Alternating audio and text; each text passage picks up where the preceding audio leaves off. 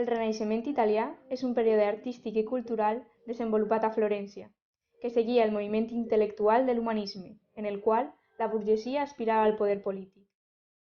En aquest període es reconsideren els models clàssics i, a més, l'home és considerat una figura central i conductora.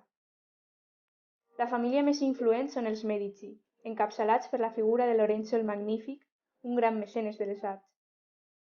En aquest entorn van haver una sèrie d'artistes com Sandro Botticelli i Donatello, i els principals exponents d'aquest període van ser Leonardo da Vinci, Raffaello Sanzio i Michelangelo Buonarroti.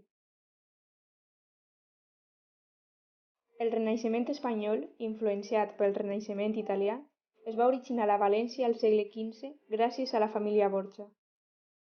Aquesta família va fer possible que el pintor Fernando Yáñez, assistent de Leonardo da Vinci, aportara els seus coneixements renaixentistes a diferents monuments de la ciutat de València, encara que va ser una adhesió lenta, condicionada per les tradicions locals i dotada de les seues pròpies característiques.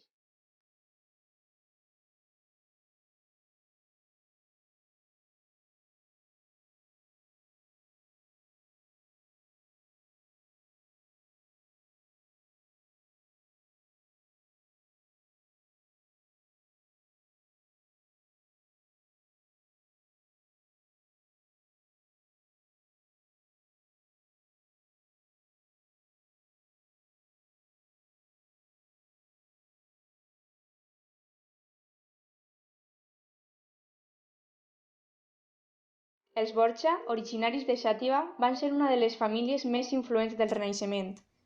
Van dominar l'escena italiana al començament dels segles XV i XVI, gràcies al papa Calix III i al seu nebot Alexandre VI, que buscaven fomentar l'art.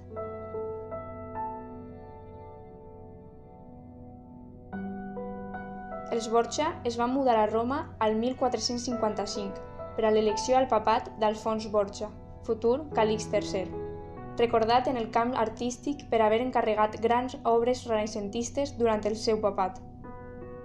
Roderic de Borja, el papa Alexandre VI, va ser un dels papes renaixentistes més controvertits. El seu objectiu era crear una dinastia política i geogràficament fort que governara Itàlia i durara segles. Va encarregar les pintures de la Catedral de València als pintors italians Paolo de San Leocadio i Francesco Pagano.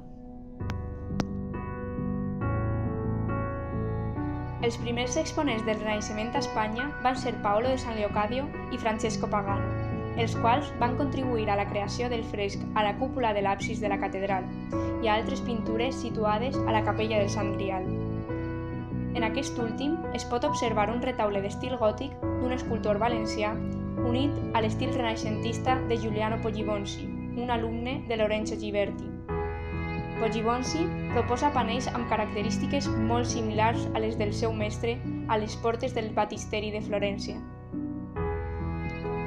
També és possible identificar arquitectura renaixentista al Museu de Belles Arts de València. Concretament, podem veure un pòrtic en marbre de Carraca, arquitectura típica de Brunelleschi, importat de Roma per un diplomàtic.